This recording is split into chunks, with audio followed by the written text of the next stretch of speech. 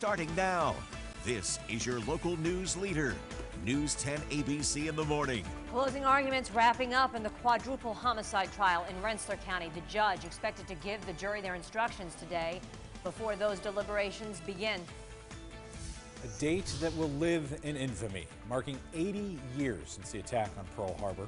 How the Capital Region is remembering the thousands lost.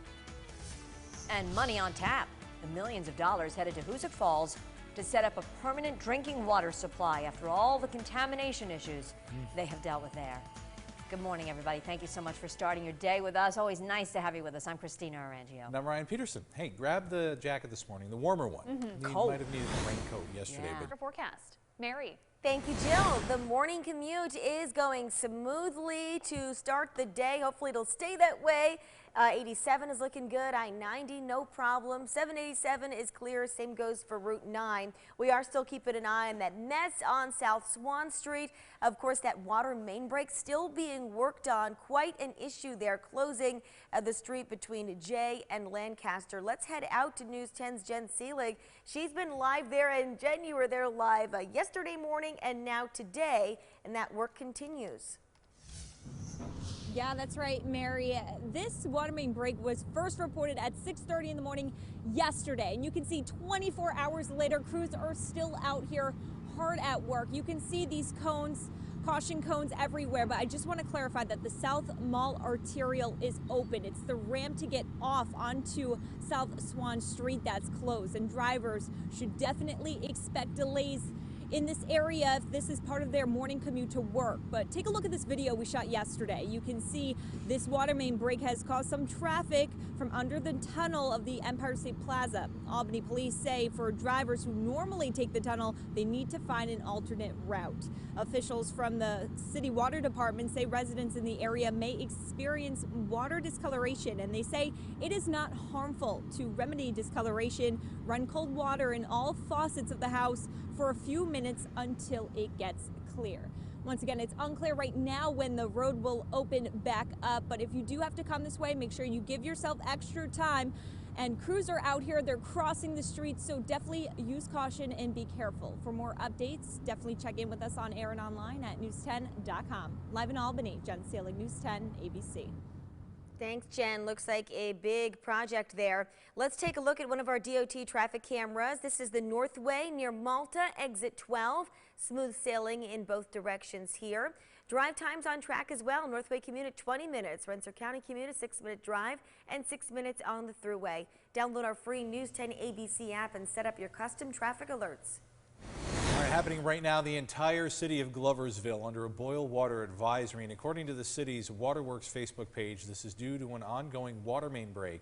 It's happening on Kingsborough Avenue and East 11 Avenue. Both of those sections of road are closed.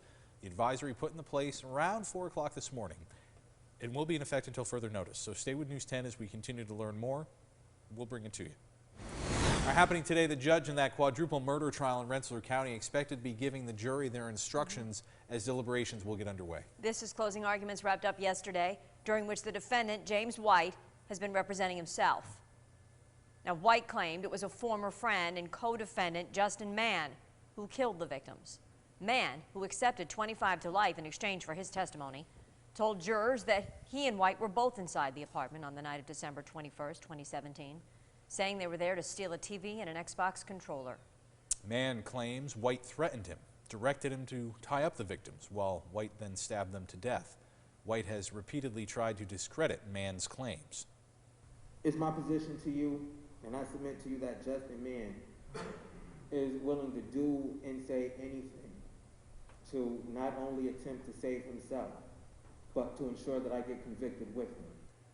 The assistant district attorney, meanwhile, arguing that it's not feasible that one person did this themselves.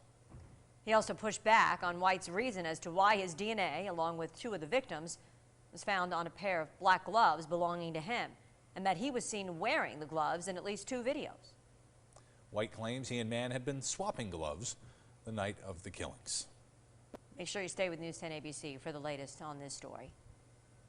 All right, happening today, White House officials will be here in Albany meeting with New York State and local leaders about how to support Afghan allies across the state. They'll be discussing ways of resettling Afghan nationals when they're placed here in New York. Stay with News 10 ABC for the latest throughout the day. A new poll from the Siena Research Institute finding that Governor Kathy Hochul has an early lead in the growing Democratic primary field. Right now, 36% of people support Governor Hochul, 18% backing Attorney General Letitia James, 10% supporting New York City Public Advocate Jumaane Williams, and Representative Tom Suozzi and New York City Mayor Bill de Blasio getting 6%. When it comes to the main issues voters are prioritizing, 26% say economic opportunity and fighting crime. 18% say managing the pandemic is a top issue. Today marks 80 years since the attack on Pearl Harbor, which prompted the United States to officially enter World War II. Thousands of Americans lost their lives in that attack. To mark the day, flags on state buildings will be flown at half-staff today.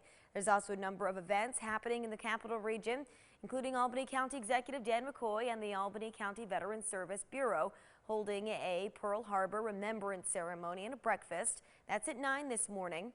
The Hudson Falls Central School District will be showcasing historic artifacts to its students in a virtual assembly. The assembly will be live streamed on the Hudson Falls School District YouTube channel. New details, 32 hospitals must stop performing elective surgeries this week as a new executive order is taking effect. There are 2 Capital Region hospitals on this list, Albany Med and Glens Falls Hospital. Now, this is due to the limited number of available beds at those hospitals. So starting Thursday, the hospitals need to stop those non-essential procedures. For more on this story, you can go to our website, news10.com. New this morning, the Albany County Legislature passing its budget overnight for next year. The $753 million spending plan includes a slight decrease in property taxes. County says the budget also focuses on youth programming and economic development. County legislature, however, voting down a resolution that sought reimbursement for the county sheriff's department for overtime and other related costs due to the increased safety patrols in the city of Albany. Chairman Andrew Joyce releasing the following statement. It reads, quote, "This wasn't about accomplishing a legislative goal. It was about generating publicity. Our members rightfully voted down this problematic legislation. We are one Albany County and we stand together in times of trouble." At the state capitol, Governor Hochul announcing the first in the nation homeowner assistance fund. $539 million will be available to help New Yorkers at risk of foreclosure or displacement. The applications will start being accepted come January 3rd. Paul Tonko expected to question experts on tackling PFAS contaminants in drinking water. Multiple local communities have reported finding those chemicals in their water supply. One of those communities, as you know, Hoosick Falls, which was the first in the state to identify it. They're now getting a new permanent municipal drinking water supply.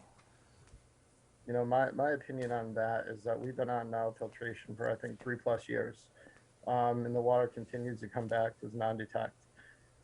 And with this alternate well source that we'll have over on the Wysocki land, that just gives us another layer of protection. The new project will cost $9.7 million and is being fully paid for by Honeywell International and St. Gobain Performance Plastics, the 2 companies responsible for the contamination. Hoosick Falls, just one community dealing with these serious water infrastructure issues. Now $425 million is coming to the state, courtesy of the federal government's bipartisan infrastructure bill to fix water supply issues all over the state. All right, coming up on 610 right now, New York City rolling out a first-of-its-kind vaccine mandate this month. Why the mayor is calling the requirement for private sector workers a preemptive strike. And a look at some severe flooding in Hawaii overnight. The National Weather Service calling the storms, quote, catastrophic. The state of emergency has been issued. You're watching News 10 ABC, your local news leader, with Christina Arangio, Ryan Peterson, Mary Wilson, and meteorologist Jill Swed.